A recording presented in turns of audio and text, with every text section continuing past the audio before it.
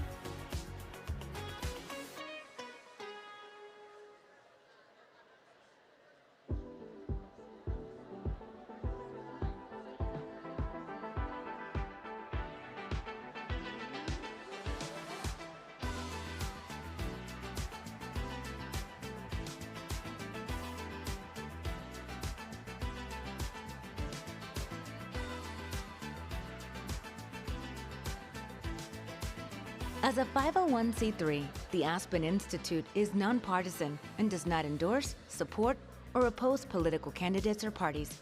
To the extent elected officials are present today, they are attending solely in their official capacity and not as political candidates. Further, the views of our guests and speakers do not necessarily reflect those of the Institute.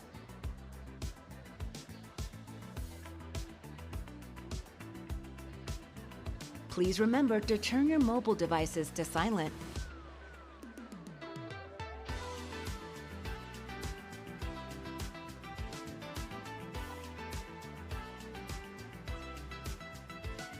Please take your seats. The program is about to begin.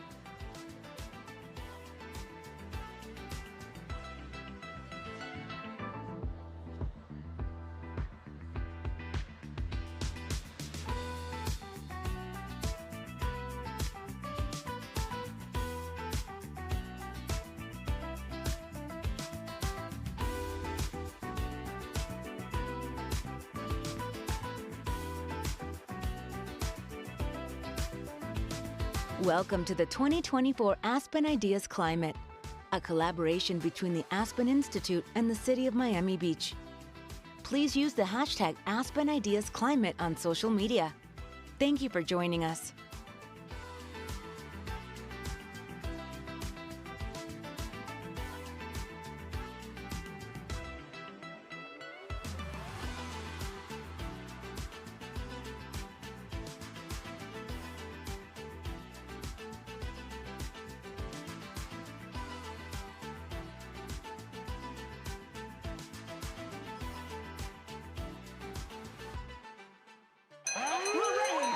See what you won!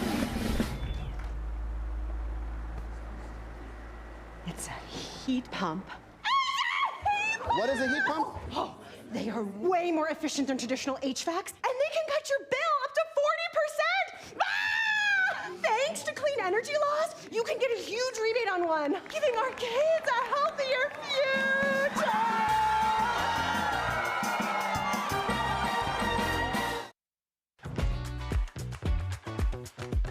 Please welcome Gregor Shuni and Michelle Berger.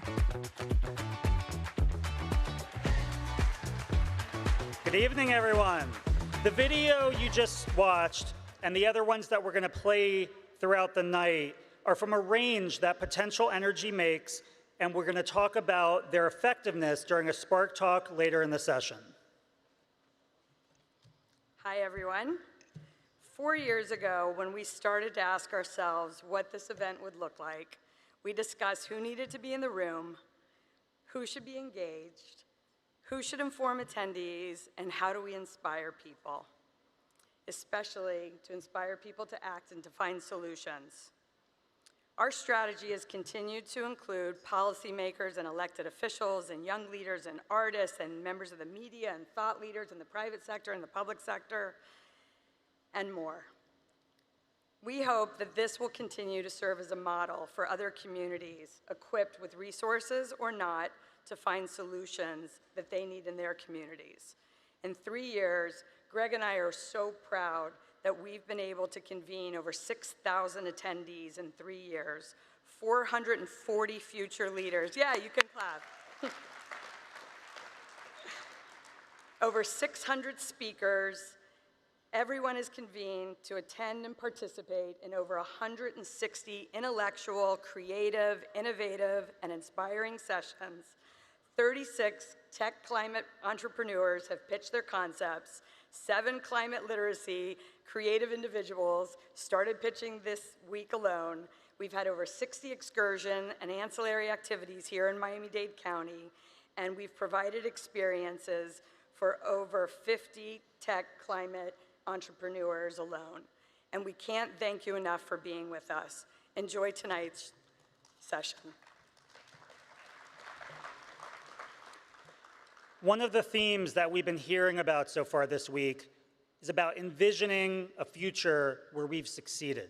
A future where the work, the innovation, the sweat that each of us puts into solving the climate crisis pays off. We've always said that half the value of our events are the connections that you make with each other that can turn into partnerships, projects, and building solutions. So today, in addition to listening to all the speakers, make sure that you connect with each other as much as you connect with the content. Thank you.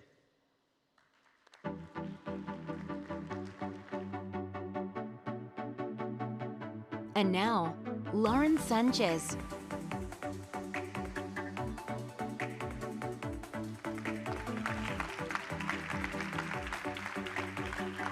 Hi, everyone. I hope you guys are having a fun night already. It's just getting started here. I just want to say it's an honor to be with you here at the Aspen Ideas Talk to talk about climate change and how we're working to tackle it at the Bezos Earth Fund. But first, I want to tell you a little story. I recently wrote a children's book. I'm very excited about it.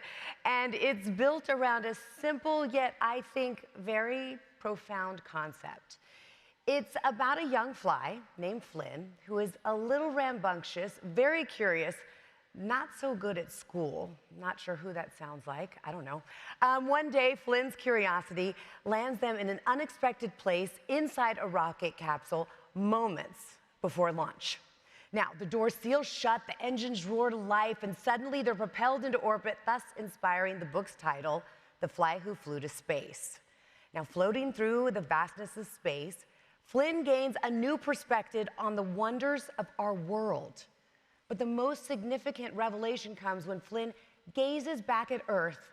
In that moment, mesmerized by our planet's beauty, Flynn comes back changed, wanting to save the planet. Curiosity is a powerful force and often leads to incredible discoveries. Okay, stay with me on this one. Here's a good example. Look right here, that's Jeff.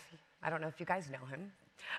It's a younger Jeff, marveling at an inventor's ability to see the world differently and to invent something no one else ever imagined. Here's an example. This woman is named Mary Anderson. And Mary invented the windshield wiper. Let me get Mary's paper out here.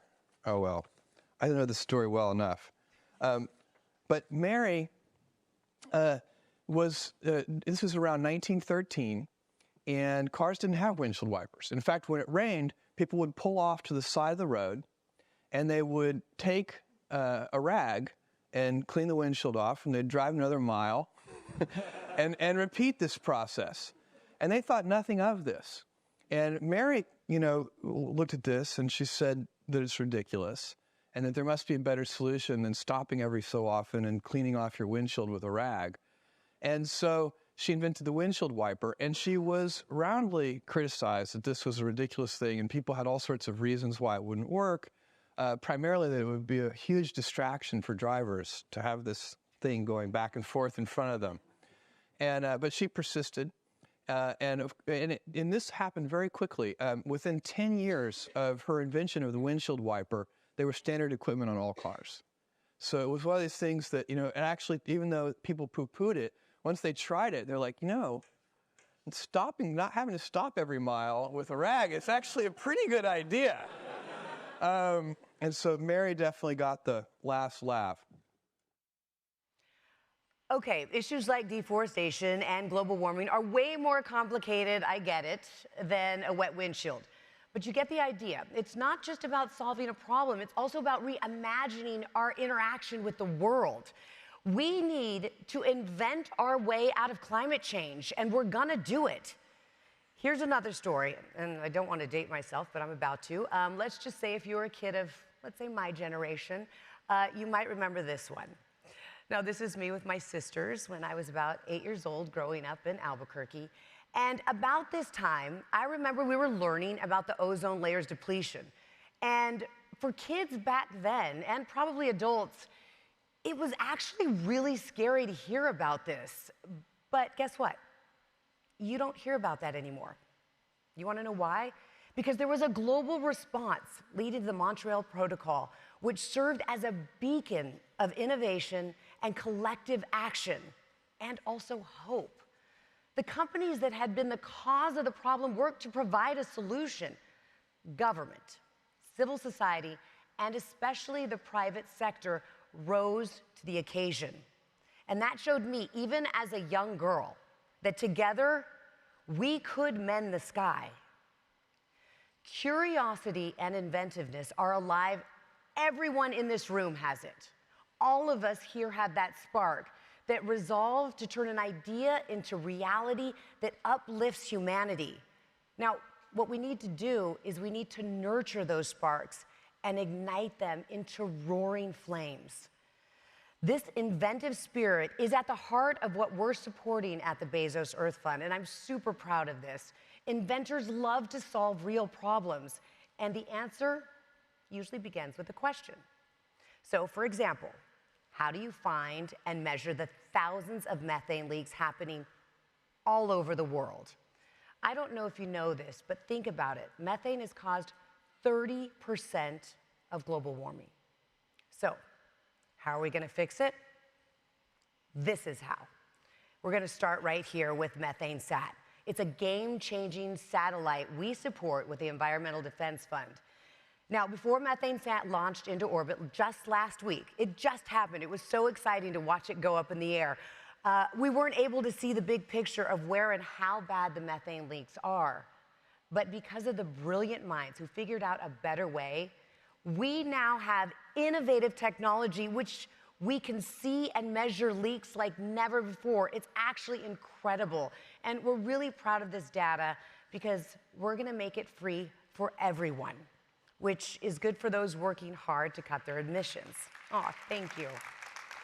It is one way how we're inventing our way out of climate change. It's really incredible. This would have been unthinkable just 5 years ago. Now, another question, how do you restore nature in a way that raises quality for local communities? This woman right here, Wangari Maathai, had an idea, a solution that earned her a Nobel Prize. Professor Maathai started a network of groups where women learned how to plant trees and earn an income from forest products.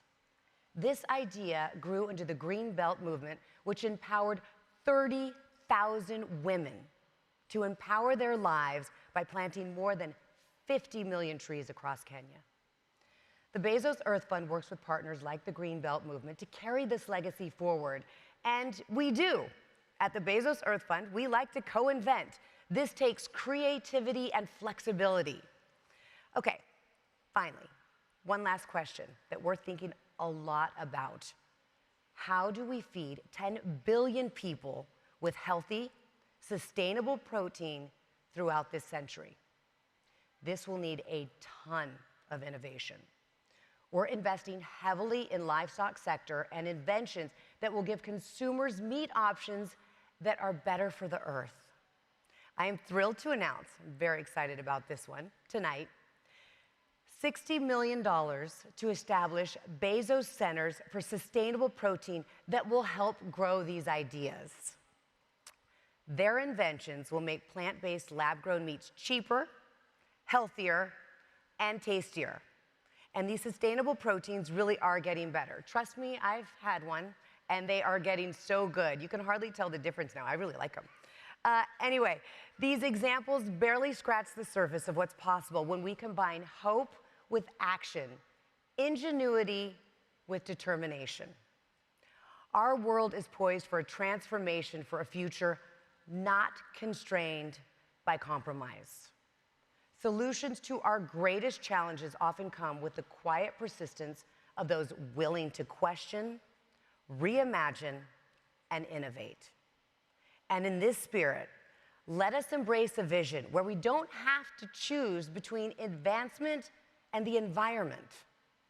We stand at the threshold of a new era where we will continue to grow and consume energy. That's what we do, but no longer at the expense of our planet. This future is not just a dream. It's not. It's a blueprint for a world where our lives are enriched without harming the earth. A world where every action towards sustainability, from the smallest to the grandest, contributes to a cycle of renewal and abundance for everyone. This is why I wrote my book about Flynn the Fly and why I'm so proud to work with the Bezos Earth Fund and what they're doing. We want to inspire children and all of us, every single person in this room, to be curious, to follow your ideas as we invent our way out of climate change. Thank you so much. I appreciate you having me here tonight.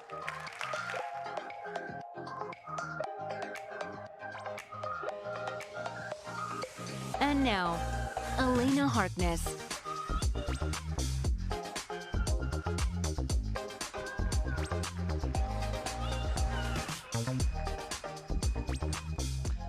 Good afternoon, Aspen Climate. I hope you're ready for some fresh perspective this evening, because I'm here as a member of the visiting Fresh Coast delegation, representing the Great Lakes and my great home state of Illinois.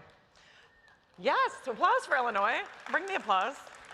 But thank you to our hosts and everyone here for welcoming us to Miami and your beautiful ocean coast. It is always a joy to be in Miami, but especially in early March in Chicago. It's great to be down in Florida. So my name's Elena Harkness. I serve as the executive director of Current, and we're a Chicago-based nonprofit water innovation hub with a mission to grow the inclusive blue economy, accelerate innovation, and solve pressing water challenges. But I'm also, as of this month, deeply honored to serve as the founding CEO of the Great Lakes Water Innovation Engine, or Great Lakes Renew. Great Lakes Renew is one of 10 inaugural National Science Foundation regional innovation engines. I don't know if you've heard about them, but they're very exciting. They're coalitions across the country that collectively are positioned to receive up to $1.6 billion in federal funding. Yes, applause for $1.6 billion. From the CHIPS and Science Act. And it's all about accelerating discovery, deployment, and technologies that will be critical to our country's future, and in particular, our country's climate future. So what is more critical to our future than our fresh water? Renew is a historic win for water innovation and inclusive economies in the Great Lakes region. But most importantly, it's a huge win for fresh water, the often overlooked resource in our clean energy transition and our climate journey. And that is what we're here to talk about tonight. So joining me on stage in a moment are two Illinois champions of freshwater conservation, innovation, and an equitable climate transition. Dr. Bridget Coughlin, the president and CEO of Chicago's Shedd Aquarium, a leading institution of learning and conservation research, and Illinois Governor J.B. Pritzker, a champion of climate action and all things chips and science. So that's right, people, buckle up, because this is the fish and chips fireside. So join me, I hope you're hungry for a great conversation.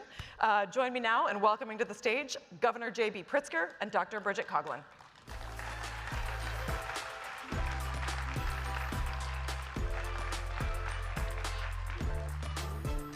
So much.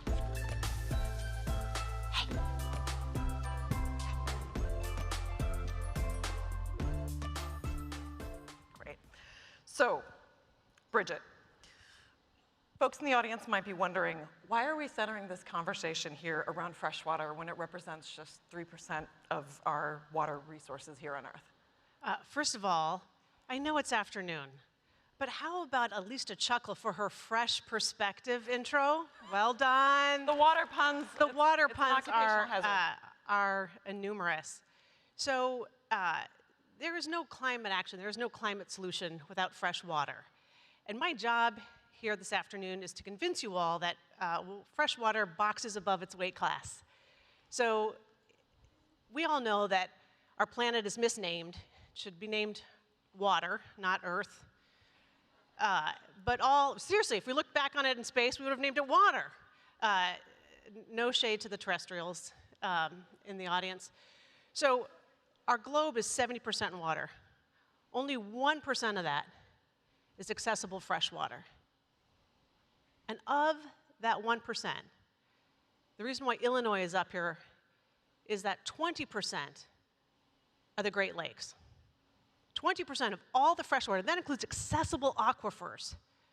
And depends on what geologist you talk to, it's either 20 or 25, is the Great Lakes. So between Canada and the United States, 5% of the world's population has access to 25% of the fresh water available in the world. And we're also here to convince you that we are not in the experience economy or the fossil fuel economy. We are living in the freshwater economy, and we're thrilled that Aspen Climate has given time for fresh water today. Yeah. Applause for that. Governor Pritzker, as threats to freshwater habitats increase, there have actually been some rollbacks in protection. So can you talk about how Illinois has moved urgently to recognize and address this issue? We have. Thank you. And let me just say, to follow up Bridget's comment, you know, that old expression, you know, water everywhere, but not a drop to drink. We have plenty of water to drink.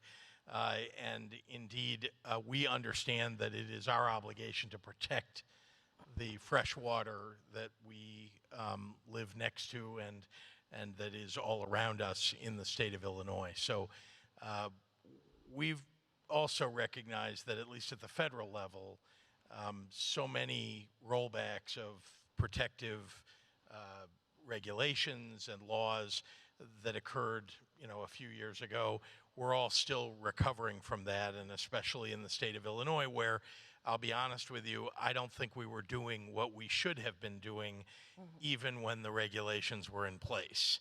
And so when I came into office, we immediately joined the U.S. Climate Alliance. We immediately had to staff our EPA in the state of Illinois, which was about at half staff. When I got there, we had gone 2 years without a budget, which I won't bore you with, but suffice to say we had a lot of work to do. So we've moved aggressively to try to restore what we should have had and to move Illinois ahead. So I'll just give a few examples.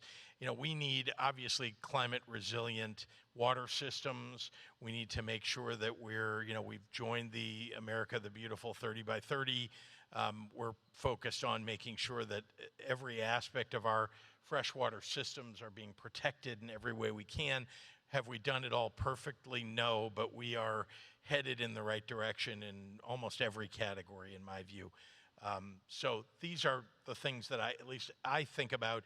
I feel like we're, again, a bad pun, but that we're swimming up a waterfall while we're trying to get all this done, just because there's so much to do and it feels like there's so little time to do it in. But I'm very proud of the accomplishments that we've made. We've beefed up regulations. We've made sure that we have the right people in the right places to protect. And I'm working alongside, I have to say, the Shedd Aquarium and other advocates in Illinois to make sure that we're not missing something. What is it that we need to do that we don't know about? Because that is the worst, is the unknown unknowns, I guess, right? And so making sure that, that I'm listening to the folks who have been at this for decades in order to make the advances that are necessary. And when I hear that, we give the governor and any legislative body out there one word, which is wetlands. Because wetlands in this America the Beautiful are 30 by 30, preserving 30% of the land. Wetlands are incredible. Like, this is going to amaze all of you. This is going to be, I'm sure, what you talk about at a cocktail hour after this. I mean, not after this, stay for everybody and then leave. 50% of all fish species are freshwater species. So if we've talked a lot at this conference about biodiversity hotspots and ecological solutions and nature solutions, the fish are telling us why wetlands are so important. 50% of all fish species are in that 1% of water. So they're biodiversity hotspots. They are massive carbon sinks. Acre by acre, wetlands are better carbon sinks than any terrestrial forest because of the way. Now I'm going to talk about sediment turbidity and really bore everybody. Carbon sinks, 1 acre of wetlands can absorb 1.5 billion gallons of flooding. So flood mitigation, carbon sinks, biodiversity hotspots, and economic drivers. Wetlands, that's the answer. Yeah. Well, you've both spoken to the power of people and partnerships that are driving all of this, but also to the complexity and why water so often, I think, flows under the radar, because it's everywhere and it's connected to everything. And at some point, you have to kind of set the table for a particular challenge and start to address it. So I wonder if we could talk a little bit more about the partnerships that it takes to get this big, challenging, ambitious work done. Bridget, Shedd's been a champion of a number of cross-sector tables and partnerships. Do you want to say a little bit more about It's easy those? for all of us to be in our echo chambers because it's our lifeblood. It's what we think about. Shedd sees 2 million guests a year. We are your megaphone, every single topic. We heard from the Nature Conservancy early today that everyone reports that climate is an issue, and only 8% feel that they are activated. We are your activation channel. So we are your partner to the public. We do our conservation research, we apply it, but we are your amplification of all this work. But I would love for you, she just came from Washington, D.C. and got a $160 million NSF grant for partnerships. You have to say more about that. Yeah, well, it speaks to the power of the big table for a big idea. I mean, our vision was really build water technology in the Great Lakes, but make it for the world. There's global water challenges that the world is facing that we have the know-how to solve right here in the Great Lakes and in Illinois. So Great Lakes Renew is really about setting the table and galvanizing more than 60 partners to set the big ambitious vision, have a 10-year time horizon, and just hit the ground running to get things done. I mean, it's really about leveraging the research partnerships, the entrepreneurs, the investors, like everybody that has a shared realization that there's opportunity here in solving freshwater and solving the water crisis. There's going to be new jobs, there's going to be new businesses, and we want those to be right here in Illinois and in the Great Lakes. Can I just add the, you know, the kind of the blue-green economy, I really believe that everything about our move toward climate action can be about job creation and can be about economic growth. And we're already seeing that in Illinois, and we've focused ourselves on making sure those things are hand in hand. It's not this isn't a punitive endeavor. This is good for everybody, and it's good for everybody. And so just, you know, climate justice is built in, for example, to everything that we think about doing. Indeed, I have to say that so proud that we have Elena and Current in Illinois, and so proud that you won. We played a small part in just advocating, but I mean, what you're accomplishing is just, I mean, for us and for, you know, a Midwestern Rust Belt manufacturing state, as people think of us, we are trying to be transformative, and Elena is helping lead the way. It's the secret. We all just like each other in Illinois. That's like, come to Illinois. Everyone just supports each other all the time. So this is a perfect segue into Aspen is all about taking great ideas, bringing them to life, and taking them to scale. So it can be hard to know when you're working on something really complicated and setting out a vision that's going to take, you know, a decade to come to fruition. Where are those points where you know, this is really working, we got to lean in and take it to scale? Have there been moments where you've seen that and something that, you know, long-term vision but short-term path to scale? Well, I mean, I'll bore you if I go to every one of those things. I mean, suffice to say that I'm a big believer that if you want transformation, by the way, government tends to move at a snail's pace. We all know that. And so, and I came out of business before I was governor. And so the idea that you could get government to move at, you know, something like a normal pace is just, it's a huge challenge.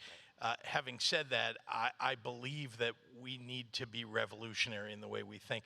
So just to, I mean, it's a ancillary topic, I guess, but since you ask, for example, quantum computing is something that just when you think about where we have been, and it doesn't probably affect any of our lives in this room on a daily basis, but 10 years from now, it will be transforming, frankly, society. And why do I mention it? Because it will transform the way we deal with climate. Because our ability to act and react will be much faster as a result of the development of quantum. And I do believe that if we shape our economy, you know, in the right way, that you're an entrepreneur. I mean, I just want to say you're an entrepreneur, and you know, maybe people look at you and say you're a nonprofit leader or that you're a climate action advocate, but you are an entrepreneur, and what does that mean to me? It means that you're starting small and revolutionizing an arena, and to me, that's what we need to do about everything, especially around clean energy, climate, and doing the things that are necessary for Illinois. And I have to worry about Illinois. You know, by 2050, we're going to be carbon free. We're not going to be using fossil fuels. We've literally passed, you know, the Climate and Equitable Jobs Act, and that was a kernel of an idea that I don't think anybody thought we could do in a large manufacturing Midwest industrial state, but we did it. We're the first state in the Midwest to do it, and I think we have the best system for getting from here to there, getting out of coal, getting out of natural gas, making sure that we have renewables. You know, we're on our way. But to me, that's the entrepreneurial spirit is what is going to make sure we get from here to there quickly. Yeah.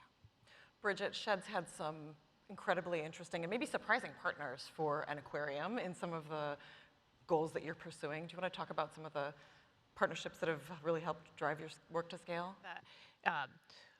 We think of all partnerships, surprise, surprise, like an ecosystem, right? And so how do you know that a decade-long arc is going to work? You map out the whole ecosystem. And we've heard over and over again over the last couple days, you just heard it this afternoon about get the content, but then get linkages with partnerships. And so at Shedd Aquarium, by the way, we have an 80-foot research vessel that we have for decades in the Miami River. And it goes down and it does coral work, grouper work, shark tagging, and partnerships with the University of Miami, which would be a big partner, and then hyper-local communities, neighbors, ship captains. And this idea to map an ecosystem, you need every single species to play, and sometimes we're the alpha, and sometimes we're not the alpha, to use another animal metaphor. But this idea that whatever the partnership is, someone needs to make sure that it's not a tree falling in a forest, right? So this is not a plug for zoos and accredited aquariums, but it kind of is. More people come to zoos and aquariums, accredited zoos and aquariums in the United States than all the major sports teams combined, NBA, NFL. And so this idea that partnerships have to have tendrils, you have to have eyes watching you. You're going to be impactful. You're going to make sure that the ROI works and the entrepreneurial spirit. But boy, nothing helps partners be more accountable than the populace looking at them. Yeah. And so putting it on a public stage, having eyes on you, whether they're directly germane to the partnership or not, visibility. And so shedding light on things and the visibility is just of paramount importance. Yeah. So for our last question, I want to come back to a place, Governor, where you brought us thinking about the economic opportunity that this climate transition presents. And we know, I think all of us now, that the communities and people that are bearing the disproportionate burden of climate change, but also of our challenges with water, flooding, all of it, are disproportionately borne by these communities of color. So what are some advice or examples you can give to us about how you've centered justice and equity? You started to talk a little bit about this, but it's going to be critical to making sure that actually, in the words of the NSF, that we have innovation enabled everywhere, anywhere, and opportunity everywhere. That's really what this is all about. Well, I guess the best demonstration of our willingness to focus on this came from the renaming of CEJA, and the name of our climate bill is the Climate and Equitable Jobs Act. There's a reason. Equitable jobs are hugely important. If we're going to have a new energy industry, it cannot be an energy industry that is devoid of Black and brown people, it is devoid of communities who have been left out and left behind. So much of what we focus on, everything in our government, to be honest with you, is has an eye toward equity, but specifically in this transformative period where we are all addressing the environment, clean energy, and a whole lot of change. That's, to me, the making sure that we have an eye on that at every moment. So CEJA has, for example, workforce development that is focused on precisely the people, the communities have been left out. It has an element of focus on environmental justice. We have communities that, where there are coal plants that are going to be shut down.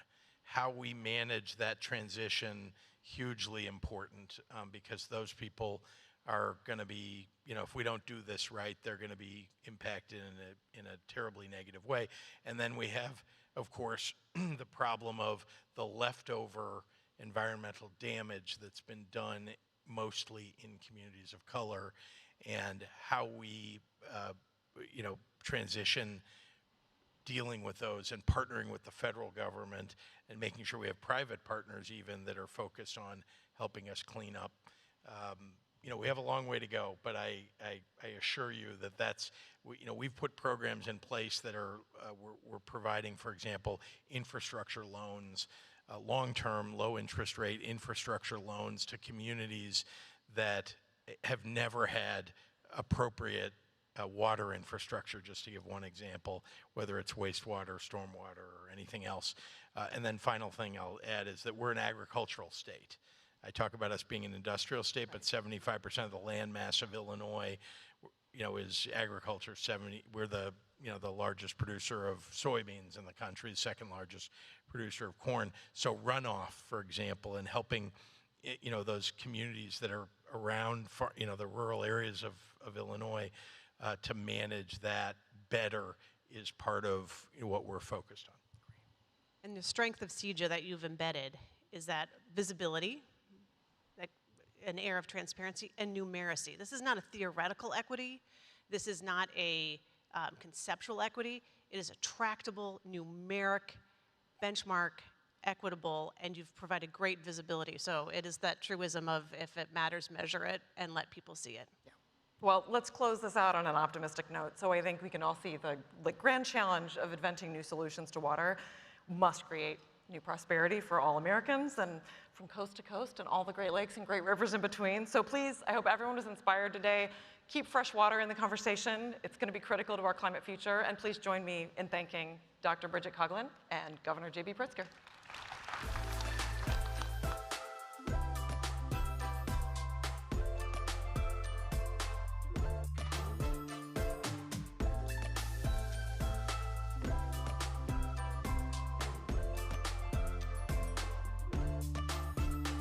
Please welcome Shira Tiku.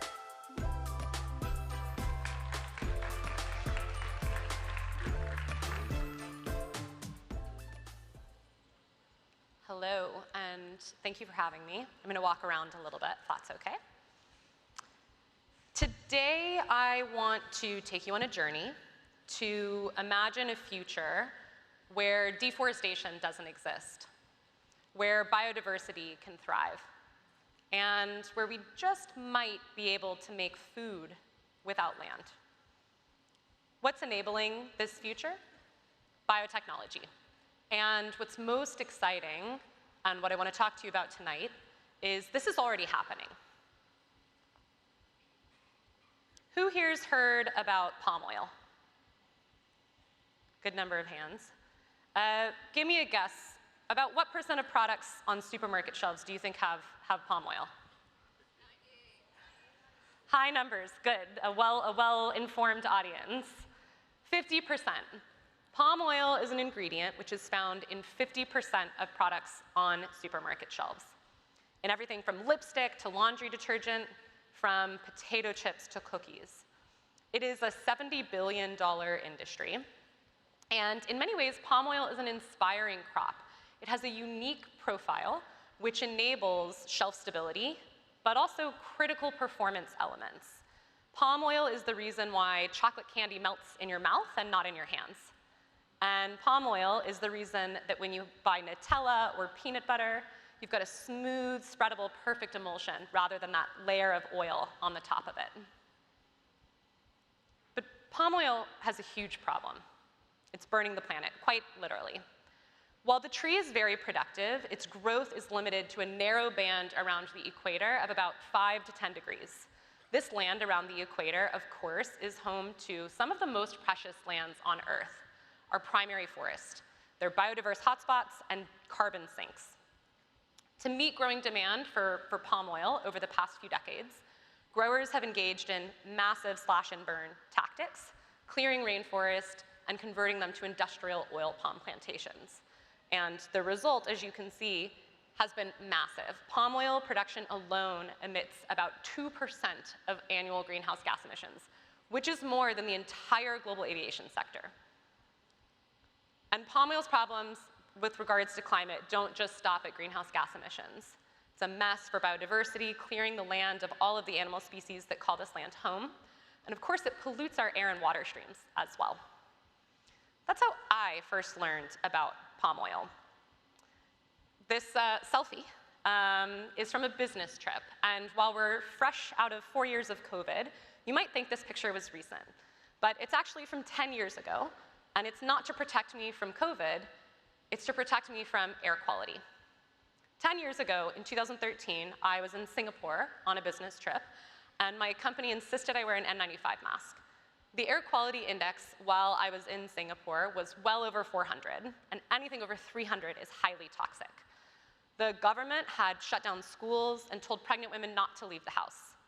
All of this, I learned, was the result of deforestation and forest fires from the palm oil industry in nearby Sumatra. A few years later in grad school, I met my co-founders, David Heller and Harry McNamara. They too had witnessed firsthand the destruction caused by palm oil production. And so we got curious. As we dug into palm oil, we of course learned about its ubiquity. But more than that, we learned that everybody knew it was a problem. Hundreds of the world's largest consumer goods manufacturers had made commitments to stop using what we call conflict palm oil. But they had nearly all failed because there was no viable alternative. The three of us were all working in biology at the time from different angles. And actually, we became friends first, really inspired by what we saw as biology's power to solve some of the world's hardest problems. We'd seen biology get to work in solving global disease, as many of us had worked in global health previously. But what about climate change? So we asked a simple question. What would it take to solve the palm oil problem? Could scientific innovation solve it? Specifically, could biological innovation solve it? And what would have to be true? We got to work with just $1,000 from MIT, and we pretty quickly found the answer to be yes. Biology is amazing. Inspired by the ability of both the animal kingdom and the plant kingdom to make nutritious foods from sugar, we asked about the fungal kingdom. There are millions of microorganisms, yeast, algae, fungi, bacteria, all around us. And with rapid advances in genome sequencing over the past few years, we can now sequence their genomes and understand which traits and metabolic pathways are responsible for specific traits, like what makes fat. Over the past 5 years, we've developed a proprietary technology which produces a palm oil alternative from yeast, not trees.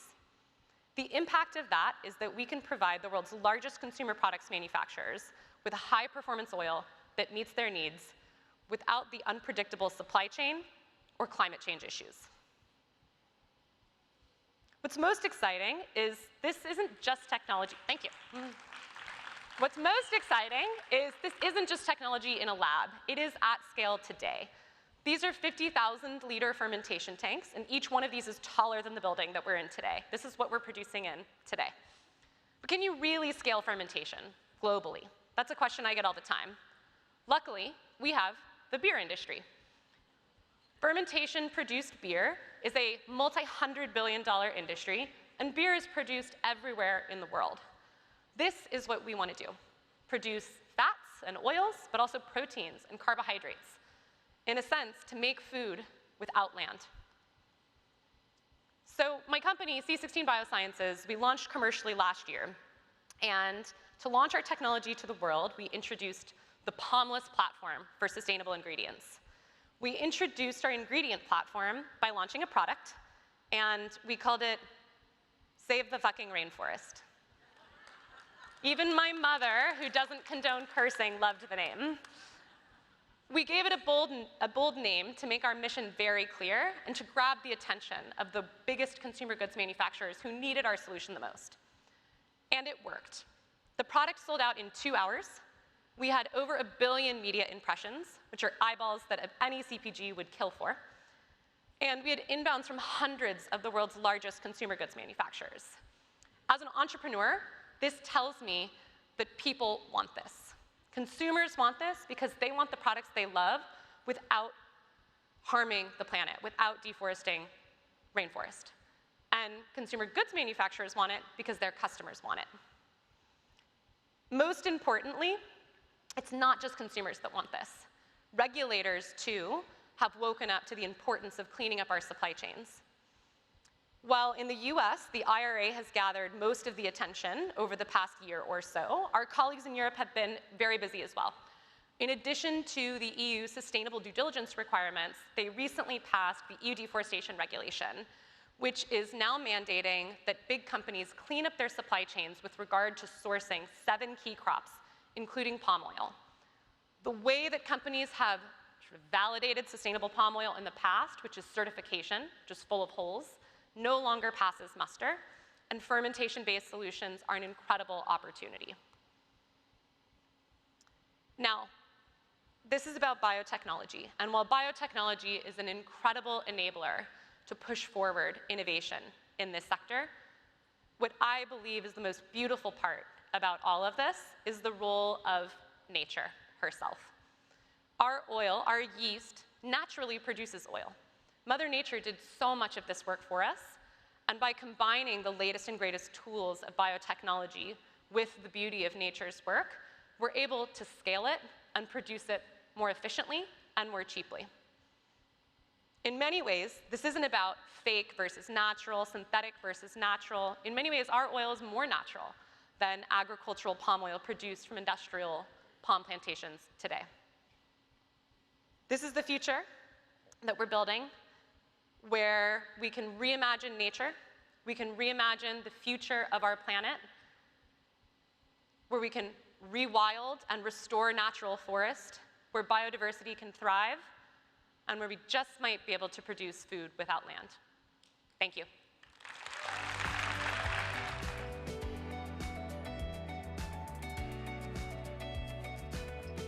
And now, Aria Mia Liberti and Wawa Kathiru and Vanessa Hawk.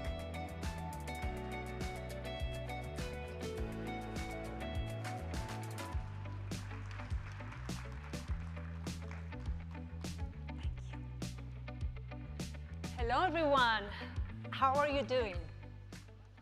Good. Well, welcome to Miami. Bienvenidos a Miami.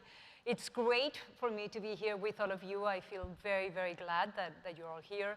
And I'm especially happy to be sharing the stage with these two remarkable young women. So I would like to welcome, they have so many titles and they do so many great things that I need to read them.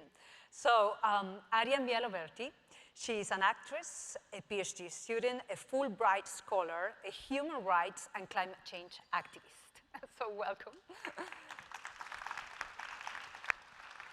And Wawa Gateru, she's a Kenyan-American climate storyteller. She's the creator of Black Girl Environmentalist, and she's a powerful voice for change. Welcome. So first of all, I have to say that the work that you both do is so inspiring and so powerful. And what I love the most is that you're raising awareness about this critical issue, but you do it in a positive way, in a way that brings hope and optimism. So when you think about the state of our planet, the health of our planet, my first question will be, what gives you hope? I think for a lot of people, especially young people, sometimes we'll look at a statistic or we'll hear a story or an account of climate issues and we immediately are like, okay, little me cannot change something that detrimental and that scary. And I want to make change so badly, but how can I possibly do that? And I think it's been so validating for me to just listen. That's been the biggest lesson that I think I've learned in advocacy in general, but especially in climate advocacy and climate activism, is to make sure that I am listening. Because there are so many different layers from which we can attack this issue and from which we should attack this issue. And it doesn't just come from one person or just come from one intersection. So it's been so valuable for me to sustain my hope by realizing what a huge, diverse, educated, powerful, strong community there is, and that, you know, with all of those traits, anything is possible, and that is truly joyful. So many people like all of you get to come together, and you should thank yourself for being here, because you are a part of making that change. So thank you all, too. Yeah. Well, what? Yeah, so a lot of it has been through reframing. The way that I think about it, I think that Mother Earth is giving us very important feedback. She's telling us that the systems that we've relied on for so long aren't working, and that we need to reprioritize, and that we have a once-in-a-species-long opportunity to restructure our world to finally be good for all of us. And there's this quote that I've taken a lot of solace in recently by the incredible Valerie Kerr, who I ran into the other day and fangirled. And she says, "What if this darkness is not the darkness of a tomb, but the darkness of a womb?" And it's with that quote that I think it presents all of us the question, what beautiful worlds can we build when we ideate what justice really looks like for all of us? And I think that's really exciting. I think a lot of people will hear climate narratives that are very doom-ridden and full of apocalyptic vibes, and there's a lot of truth in that, right? But the climate crisis is a story. It's a story of heartbreak and loss, but it's also a story that hasn't been written fully. Mariana Elise Hegler talks about how we're still in the writer's room, and I really believe that deeply. And there's a lot of joy and optimism that is in loving a better world into existence and being a part of that. Yes, and what I think about that, I mean, that message is so powerful because when you look into the world with optimism, it's not that you are denying the reality that we know is a challenging one, but that you are really celebrating the advances and the milestones, and we really stay engaged with that. When we look at the headlines, when we talk about climate, it is sometimes information that is difficult to digest, especially for the youth and for children.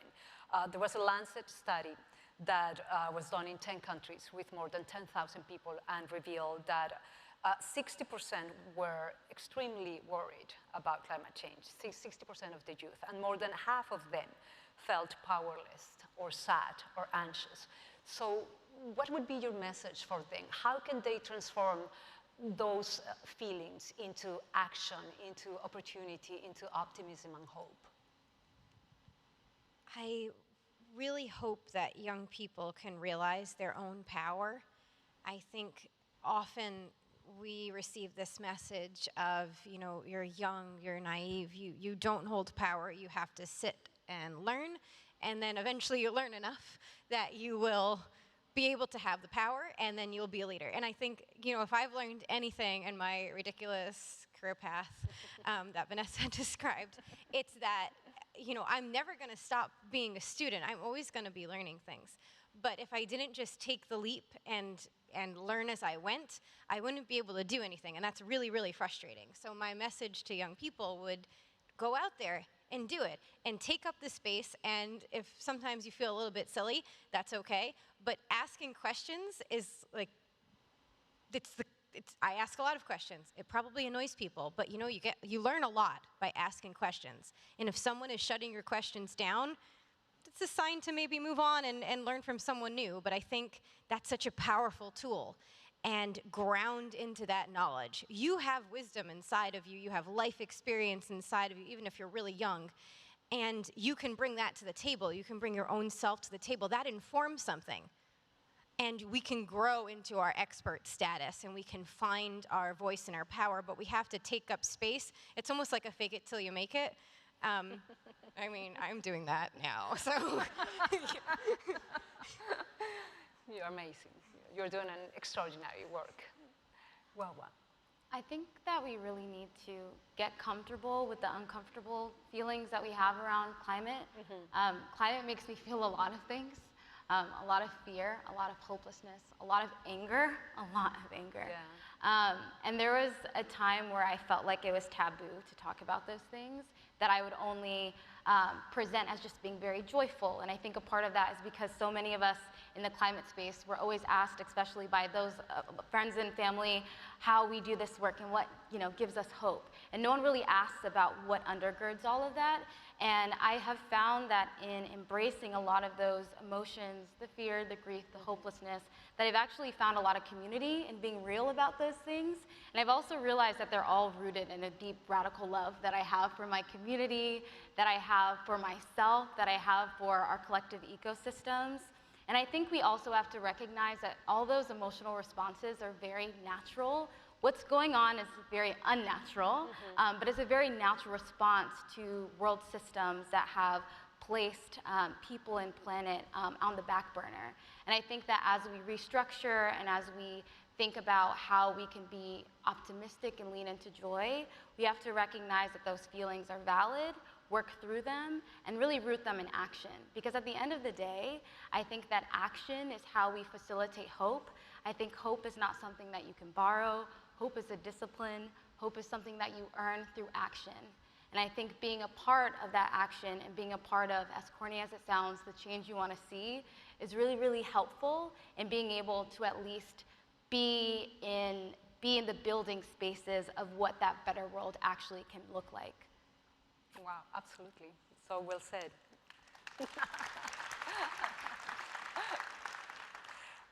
Arya, I know that you have been an activist basically all your life, but I would like for you to share with us, when was the moment that you decided that you really wanted to raise awareness about climate issues? It's been a very, it's been a lifelong thing for me, and sometimes it's very difficult. A lot of my activism started when I was little, and I don't actually remember a lot of it because I was so young. But I think my first big activist thing was when I was 4, and my parents and I went to our local state house, and I spoke up for my own educational rights because I was being abused and neglected in school, and I was discriminated against. I have low vision, and so it was really difficult to get services, but I was legally entitled, obviously, to receive them.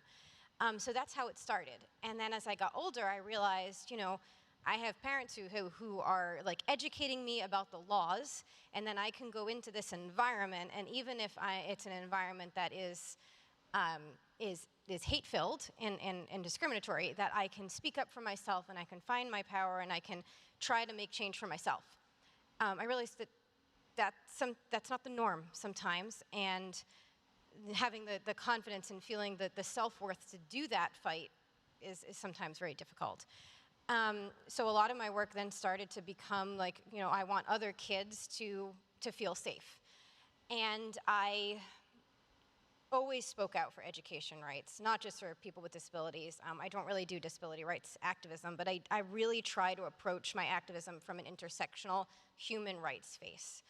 I think it's most important for us all to realize, what we're passionate about, what we can connect to. And for me, it's education and literacy because of the background I came from.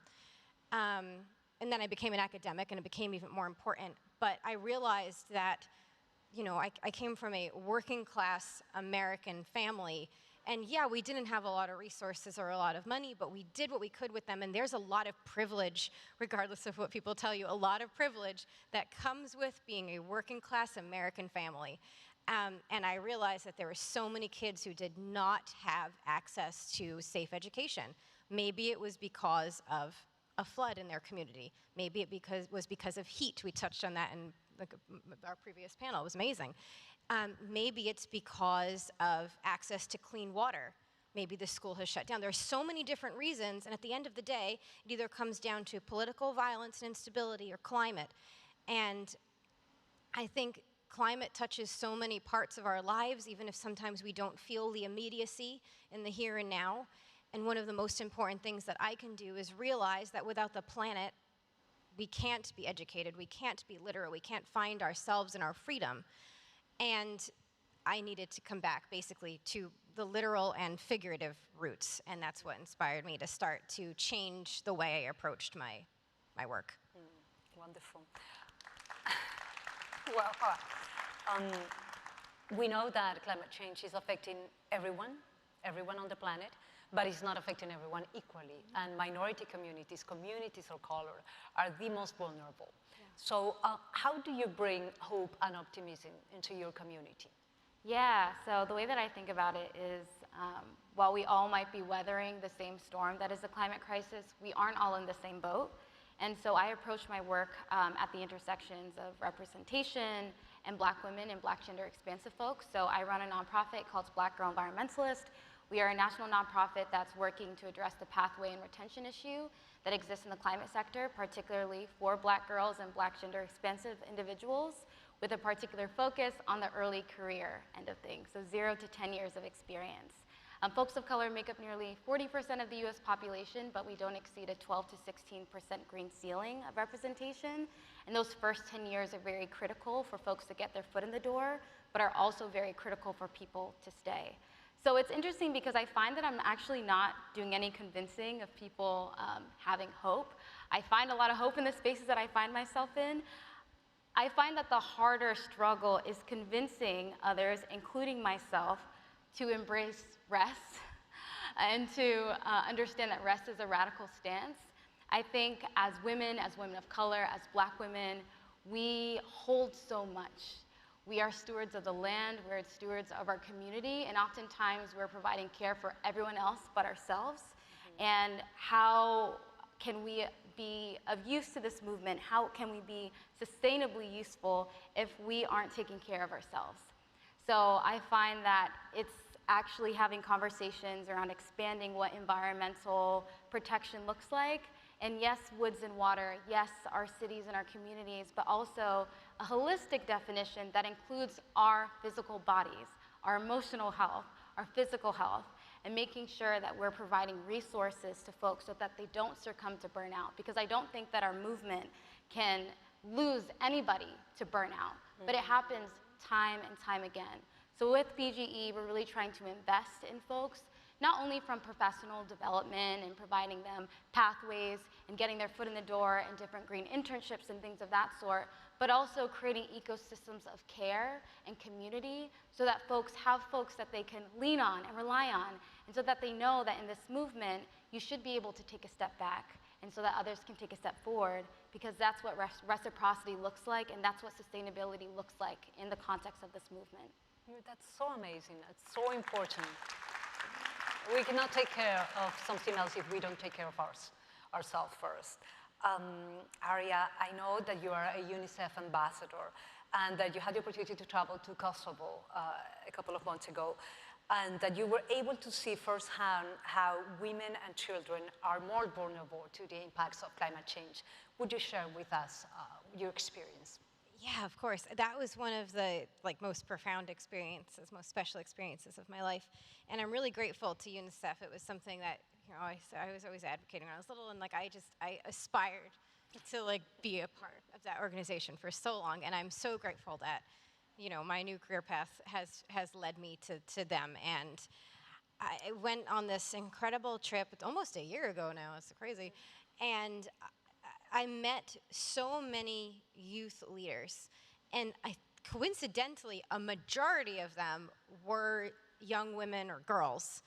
They were the leaders in championing, fixing the detrimental pollution problem in Kosovo. I think what really struck me is I arrived there and I immediately could feel it on my skin. I felt it in my throat as I was breathing, and I saw it in the air, like black plumes of smoke in the air. It's really, it was really powerful. And I struggle a lot with explaining, whether it's to friends and family who are interested in these issues, whether it's in an environment like this, or whether it's with a policymaker. I struggle sometimes with capturing the immediacy of climate change and climate issues, because sometimes it does feel quite distant. And that gave me the tools, I think, to showcase that this is happening now. What the youth leaders there taught me was not only were they powerful in making change and actually driving policy change in their local communities, but they also were, they said that we just would watch as the trees around our community died. We watched our water get polluted. The quality, of health here is so poor. People are dying, and it's connected directly back to the pollution that they're breathing and drinking. And to be able to share that message with all of you and give voice to their story that they are so profoundly sharing in their community, I think the world really needs to hear it. And I think there are so many other stories like that around the world that really bring rise to the immediacy of the climate crisis, but also that we all can play a part in, how do we stop this from happening in the first place? How can we help them lift up their voices? Wow, that's very powerful. And we unfortunately don't have more time, but I want to leave you with this. For me as a journalist in Telemundo Network, we have been doing the stories about climate change for the past 20 years. And truly, what really brings a lot of hope to us in the midst of everything that is happening are stories like Arya's and Wawa's and the job that you are doing creating awareness about it. it really comes to show how one individual can be so impactful and so powerful and can create such an unstoppable wave of change. And if we, each one, do our part, we can definitely solve this crisis. So thank you so much for being here, and thank you all for being here. Thank you.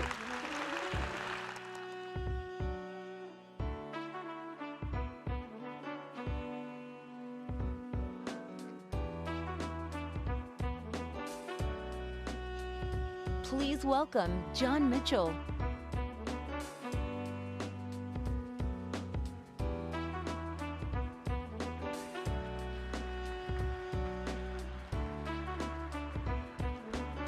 How is everyone?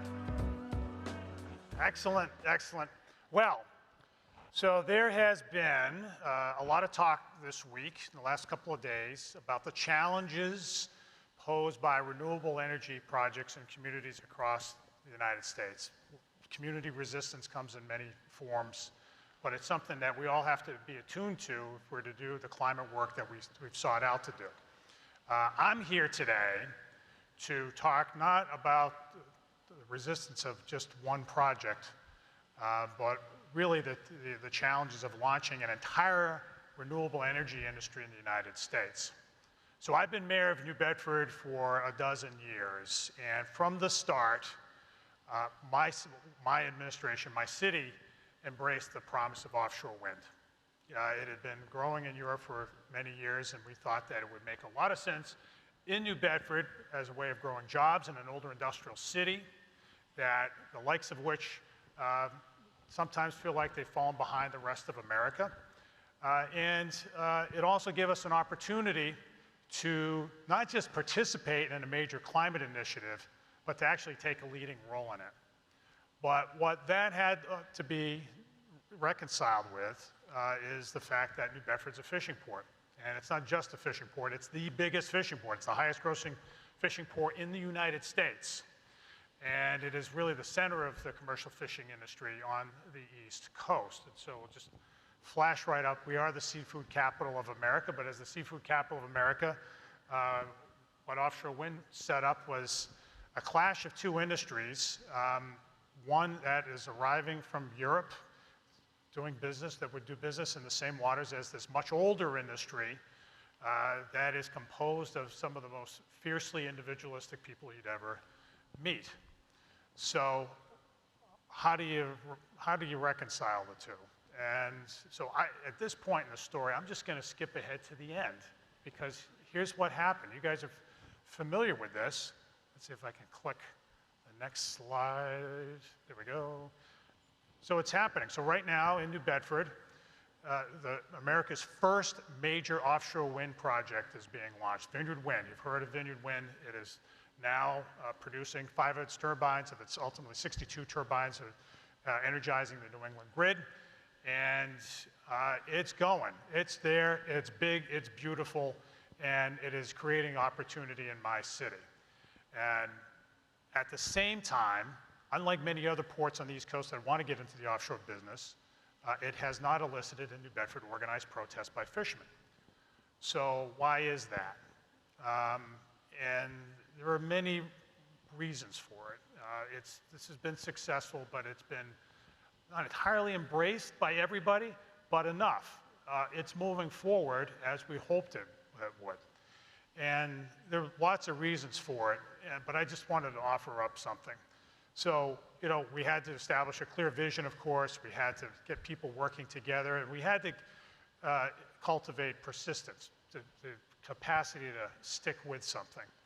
But at the end of the day, you can't have a shared vision. You can't work as a team. You can't persist together if you don't trust one another.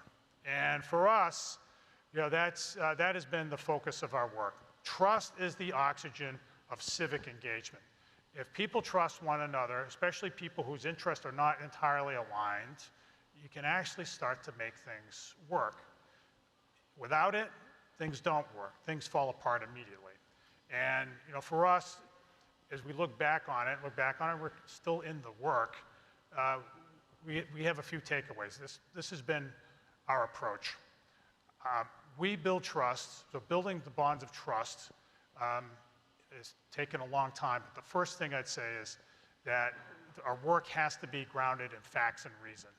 You have to know your stuff, and you have to be willing to say it. You have to do your homework as an elected official and explain it to people, and explain it again, and over-communicate, but always be grounded in the facts. Credibility is so important amid the din of misinformation and recrimination that's just so readily evident, like in the atmosphere right now.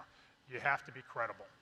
The second thing is that for elected officials like me, you have to be willing to place yourself firmly in the loneliest place in American politics these days.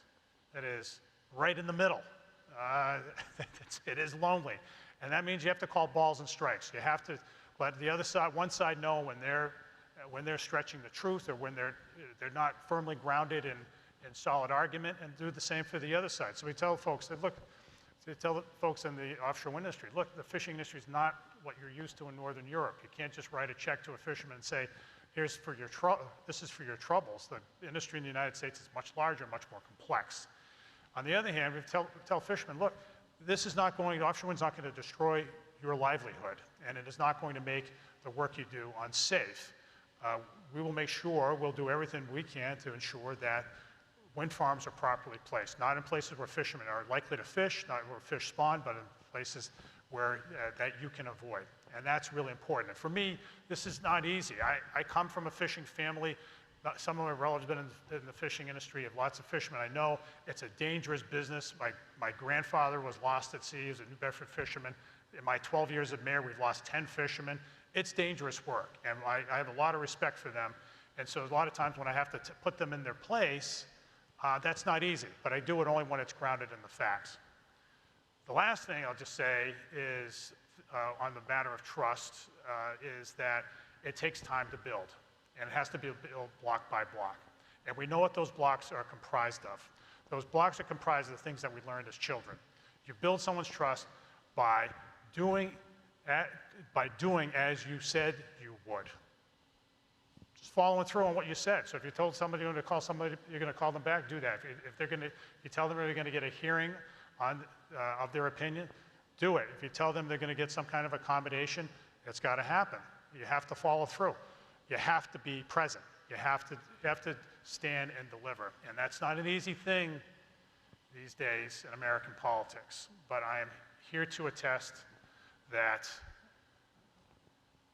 it is altogether possible, except I need remedial training on this, but I'll close by saying it is possible. What we've proven in New Bedford is that you can build trust if you follow through, if you do as you say you will, and you put yourself right in the middle, and you remain credible. Thanks, everybody.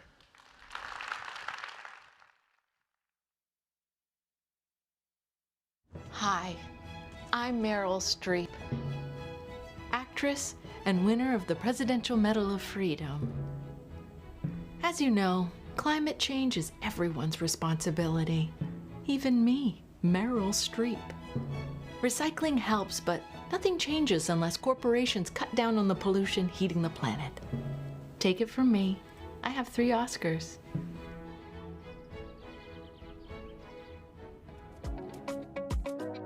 And now for an announcement, Carrie Duggan and Greg Gershuni.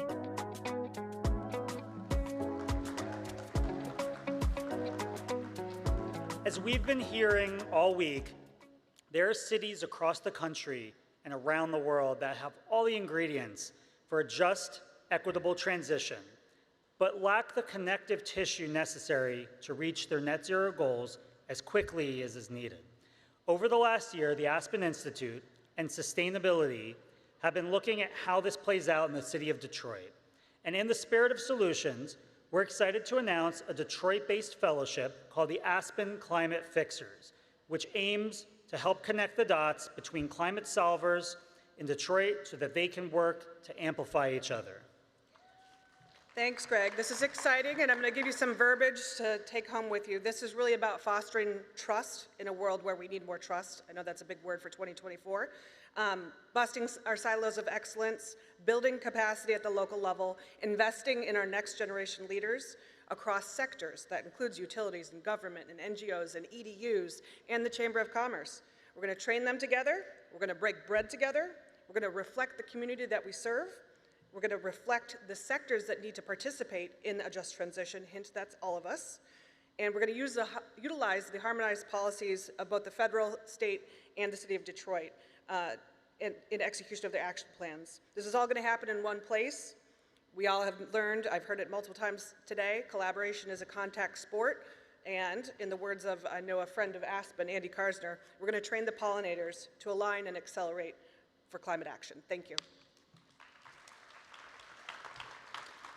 Our final speaker is John Marshall from Potential Energy, and here are the last two videos before he goes on. I remember this one moment. I ran to kind of the water edge, and my mom said something along the lines of like, now it's your turn. Take that first step.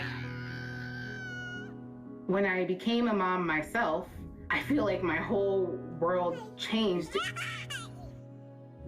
There's some light within her that makes me continue to do the climate science work that I do. You don't have to be a climate scientist to want to protect the Earth. As moms, we care about our children and the environment they grow up in. And for Mia, I want you to know that I worked really hard to be a part of the change and to make it a better place for you.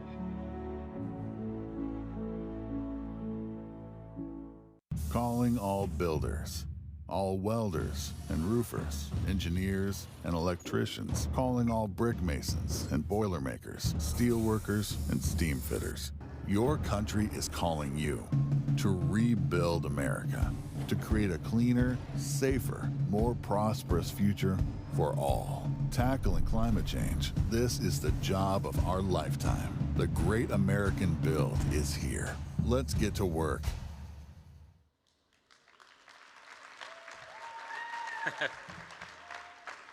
All right, I am between you and dinner, but I'm going to try and make it entertaining because I'm the marketing guy. You saw 4 videos, and the first thing I'm going to do is a little audience participation, and then I'm going to tell you some stories. So you saw the heat pump video on the game show. You saw Meryl, who steals newspapers. You saw an ad with Dr. Melissa Burt, who's a climate scientist for University of Colorado, and the last one, which was supportive of all the investments that have made the Great American Build. So we're going to vote, and I'm not going to tell you until the end, which is the most powerful ad to persuade people on climate to keep you here. And so show of hands, who thought the heat pump ad, the game show, was the most effective? Get out of there. A few, okay. Meryl, who steals newspapers, a little comedy. Not many, okay. Dr. Melissa Burt with her kid. And the Great American Build, let's go create some good old-fashioned climate jobs. Okay, there's a tie. I'm just going to say this. I can't really see you. There's a tie between the last two. Okay. I'm John Marshall. I run a new firm called Potential Energy. We have made dozens and dozens of pieces of content like this. We are a nonprofit that is trying to basically grow the size of the climate movement using the tools of the commercial world. And so, thank you. So I want to tell you what we've learned. And I got 3 chapters. Chapter 1 is we have a communications problem, and communications matters. There are hundreds of crucial policy battles being fought today around the world. Each one requires public will for leaders in government and in boardrooms to have the courage to support the progress that we need. But our win rate, which will determine what kind of a future we have, hangs in the balance. Some of them are winning. Our firm has had the pleasure of operating in California, where they've made amazing progress on clean energy standards, on electrification, on a clean economy. In Michigan, with the bold clean energy standards that have happened there. But some of them are hard. Offshore wind, building decarbonization in many states, and including in other countries. EV electrification in a lot of different places. And these battles are getting harder. You know, climate is moving into our kitchens, into our boiler rooms, into our garages, into our farms. It's moved from a distant policy to becoming something that's really personal, that's really hard. So it's go time for climate, but without compelling communications, we may not meet our goals. We've got to create demand. There's a little saying that our firm has that we use. We have lots of taglines. This one I like. It's a nice policy, but can you sell it? We've had a really good supply of policy, and we really feel like we need more sales, okay? We know that selling works in the corporate sphere. It sure as hell works here as well. So I want to tell you a few ways that we've learned in terms of how to make it work. But let me just pause for a second. You all have something in common, right? You're all here. You care deeply about the issue. You all have a reason that you're here. You all have a story about you came to it. You all have a why, right? And I would submit that there are 8 billion of us on the planet who would care as much as you do, and if they did, we would be just fine. We're ingenious creatures. Over 200,000 years, we've solved a hell of a lot of problems.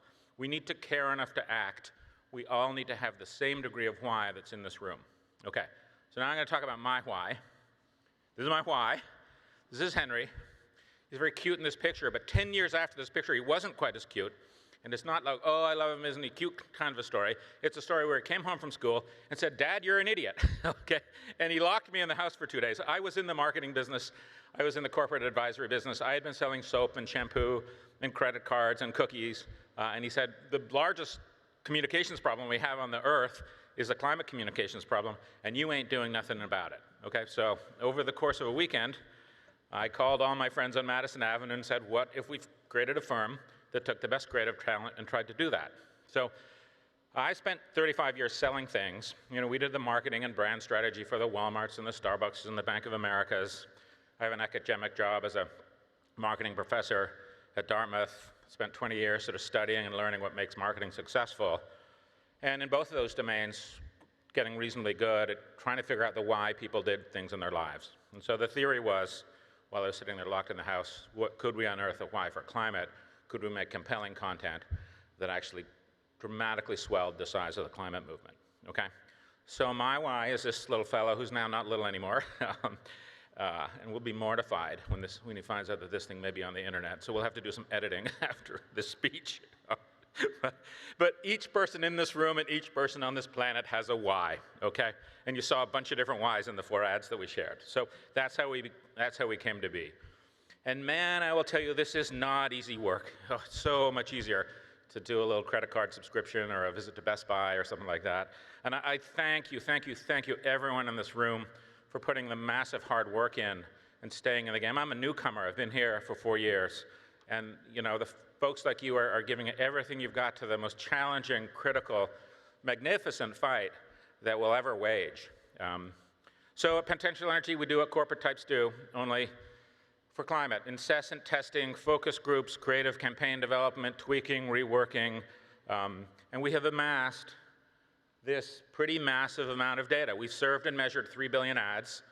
We run a testing machine with randomized control trials. So we've tested right now 524 messages, ads, pieces of content, and my wonderful team has spent about 2,500 hours listening to focus groups and trying to figure out how we crack this. That little chart there, every one of those little dots is a piece of content like you just saw, and there's some great stuff, over 10%. So if you see that piece of content, you're 10% more likely to act and care and vote on climate change, and that matters a huge amount, right? But some of this stuff is negative, and so it really matters. Like, I can get 5 times the performance for a good piece of content than an average piece of content. Okay, so chapter 2. What are some of the things that we have learned? By the way, I don't care about anyone's opinion. All I care about is the data. So this is just what the data says, okay? How do you get people to care about climate change? So here's a few interesting learnings. The first learning is no one knows what the hell you're talking about, okay? Nobody wakes up in the morning and says, what a great day for some decarbonization, all right? So I can tell you that your greenhouse gases, your net zeros, your carbon footprints, your anthropogenic, Anthropocene, it's gibberish. It comes from inside the bubble. People think Scope 3 is a mouthwash when we ask them about it in focus groups. We talked about ESG, and we heard about eggs and sausage and grits. Nobody knows what we are talking about, okay? And this This is real data, I assure you. And people are not dumb. They're busy. They're leading their lives. Why do we make it so hard? I'll give you another little nugget on here. We did a global survey, 60,000 people, 23 countries. I'll talk about that a little bit more. 1.5 degrees, keep it alive. We've got 1.5 degrees. Do you know what the average temperature that the average person on the planet thinks is the UN target for climate change? 4 degrees, okay? I wrote a blog called 1.5, cozy, not catastrophe, because your average person is not concerned about 1.5 degrees. And why do we in America not even try to double it to use the actual measurement system of Fahrenheit? So we're not doing a great job using marketing principles for this. So this is real data. And what the hell is net zero? So we did a test where we asked people to sign 2 petitions, okay? Petition 1 is, sign the petition to get to net zero by 2040. Petition 2 was, save Florida, okay? 5 times the number of people chose to save Florida. Honestly, this conference should probably be rebranded to the Aspen Conference to Save Florida. We would get 3 times the admission if we did that, okay? We gotta talk about things that people actually care about, all right? So this passion for simplicity, to talk like a human, has been a real foundation for us, but we've also learned a bunch of other things along the way from the data, okay? First of all, and I'm quoted in the New Yorker on this, and it is a statistical fact, we have learned that men are useless, okay? Women are twice as likely to be moved by a climate message than men. I can see all the women in the audience saying, yeah, you didn't need millions of philanthropic dollars to prove that statistic. We could have told you anyway. But the data is very clear. After 524 tests, I don't think there's a single test where men has moved more than women. So I don't want to spend any money on men. I'm hoping that the women in the audience do that work for us. We've also learned that if you use the word ban, mandate, limit, you get 9 to 20 points less support for your policy. If you talk about standards, the one thing you can limit is pollution, but everything else, let's stop trying to ban household products and start to ban pollution. Everything else where you use ban and limit doesn't do very well. If I merely put 2 words in a sentence for any climate message, nonpartisan, I just put them in. I don't have to do anything other than put them in. I get a significant increase in support. Time frames suck. 2040, 2050, not at all effective. And I'll show you a couple other pieces of data.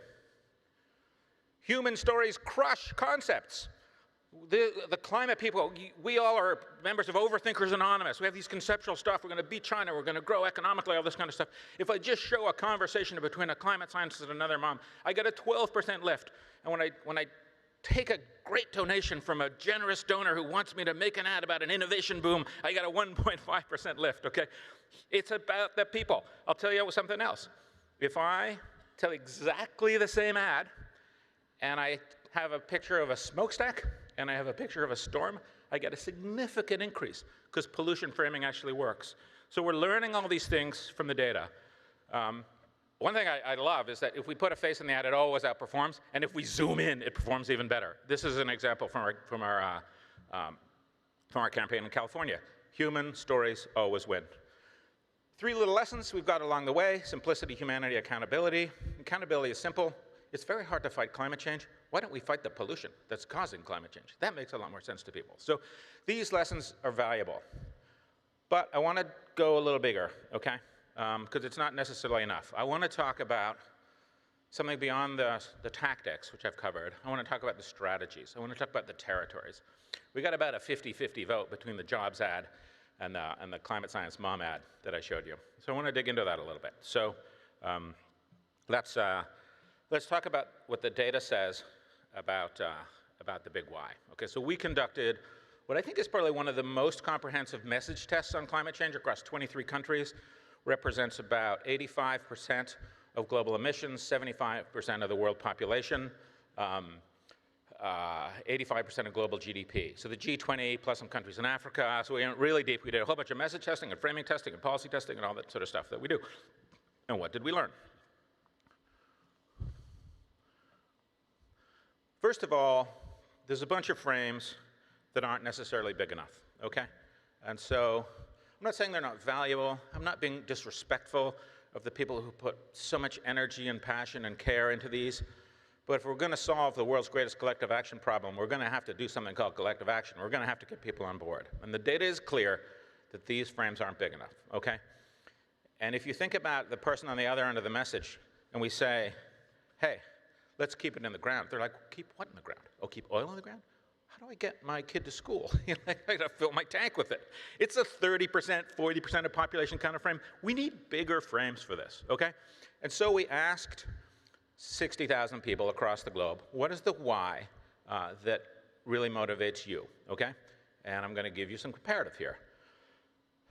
We had a number of people say to increase jobs and create economic growth. We had about the same number of people, or no, 3 times as many people say social justice. 5 times as many people say to reduce air and water pollution. 7 times as many people said to prevent extreme weather.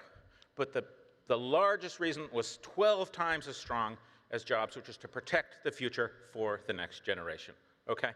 And so that's what the data says. What the data also says is that when we do message tests, we tested 3 mega narratives around the world. One was something we call later is too late. Urgent, generational, because you care about your kids, and you care about the planet, and you care about the next generation. One was make the polluters pay, blame it on them. And the third one was a celebratory message on climate progress, okay? So 23 countries, statistically representative samples across political parties, across rural and urban and rich and poor, a whole bunch of different cultures. What happened? The urgent generational message crushed the other messages, okay? Twice as strong as make polluters pay, and 5 times as strong as climate progress is here. That's just a fact, okay? And it crushed the other messages. Hard slide to read, but I'll show it to you here. Across gender, across parental status, across age, across education, across income in India and Indonesia and Germany and Brazil, in England, in the US, in Australia, in every country, every segment, including progressives and conservatives. Yes, you can move conservatives across the globe, okay? So there is a power idea on climate. It's a territory. I'm not saying every single thing is one tagline or one campaign or one ad. We've made hundreds of pieces of content. But there is a territory that outperforms other territories. There's a why that is bigger than other whys, okay? And in order to show you what that is, I'll show you one more ad, and then I'll say a few more words, and then I'll let you go to dinner. And then I'll tell you which ads perform the best, okay? Hopefully this will play. This is one of our most favorite, highest performing pieces of content. As a scientist, I know by the time she takes her first breath, 9 billion more tons of carbon pollution will be in the air. When she takes her first steps, wildfires will have burned millions more acres she could have explored. The day she gets her first pet, there are thousands of newly extinct species she'll never meet. The night she forgets to call, the night of her first heartbreak. Her future home floods for the first of many times. By the time a child born today goes to college, it may be too late to leave them the world we promised.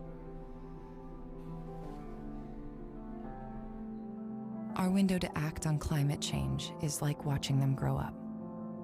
We blink, and we miss it.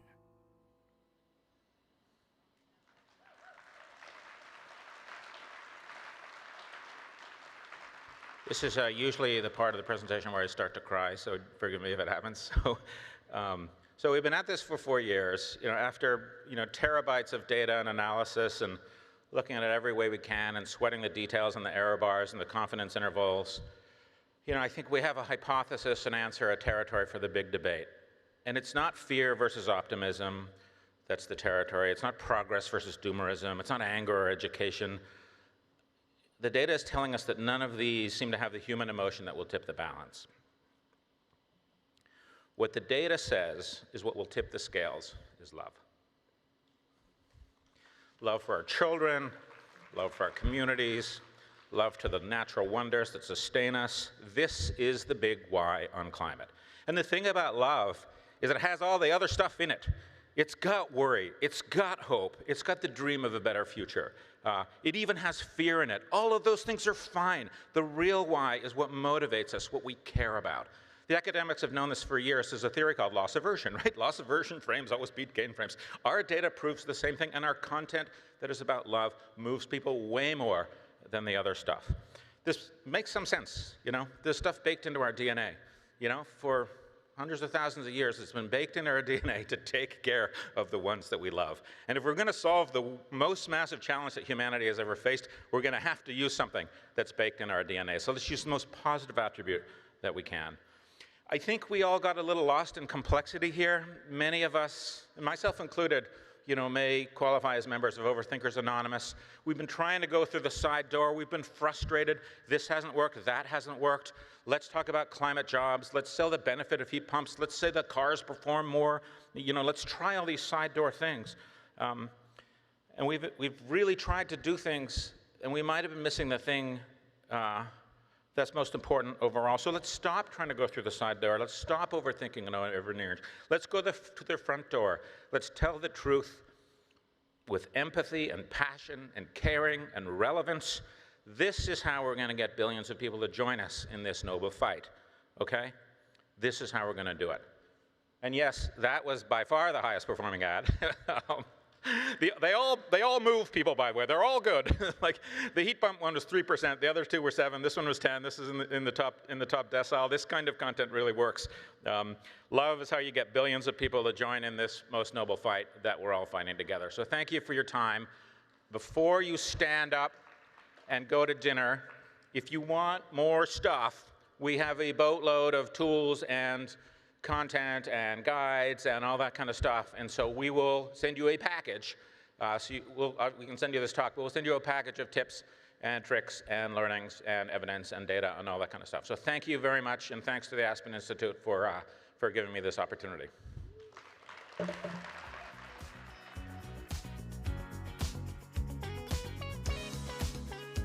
This concludes our session on the stage. Please check the Aspen Ideas Climate app for the schedule and other updates. And don't forget to use the hashtag #AspenIdeasClimate to amplify the important conversations you've heard today.